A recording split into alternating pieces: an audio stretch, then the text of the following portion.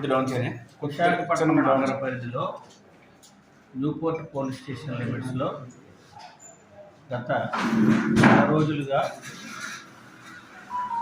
జరిగినటువంటి దాడులు PDS rice అయినటువంటి దాడులు మరియు అక్రమ రవాణా గురించి కేసులు పెట్టడం జరిగింది.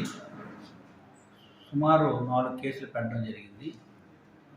కిందటి నెల 14వ తారీఖున జంబెలి ప్రసాద్ అనే ఆయన దగ్గర 160 కేజీల పీడిఎస్ రైస్ని స్వాధీనం చేసుకుని కేసు తీసుకోవడం జరిగింది.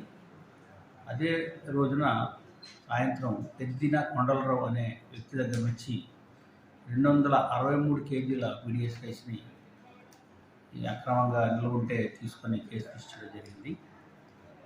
అదే నెల ఫిబ్రవరి నెల 17వ తారీఖున కూడా అంకాల నారాయణ అనే వ్యక్తి దగ్గర నుంచి 1600 కేజీల పీడిఎస్ రైస్ని, అదే నిన్న కూడా 13న కూడా అదే అంకాల నారాయణ దగ్గర నుంచి 3500 కేజీల రైస్ని కూడా అక్రమ నిల్వల్ని కనుక్కొని కేసు పెట్టడం జరిగింది.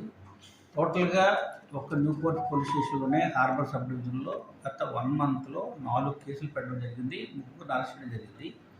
అందులో 5.5 టన్నుల ప్రజా పంపిణీ బియ్యాన్ని పట్టుకొని రెవెన్యూకి అప్పచెప్పడం జరిగింది. ఇది మా సిపి గారి యొక్క ఆధ్వర్యంలో ఈ ప్రజా పంపిణీ వ్యవస్థ రెగ్యులర్గా ట్రాన్స్పోర్ట్ చేస్తున్న దాని మీద ఉక్కుపాదం మోపడం జరిగింది. ఇటువంటి సమాచారం వచ్చినా ఇమ్మీడియట్గా మేము దాని మీద యాక్ట్ చేయడానికి సిద్ధంగా ఉన్నామని తెలియదు.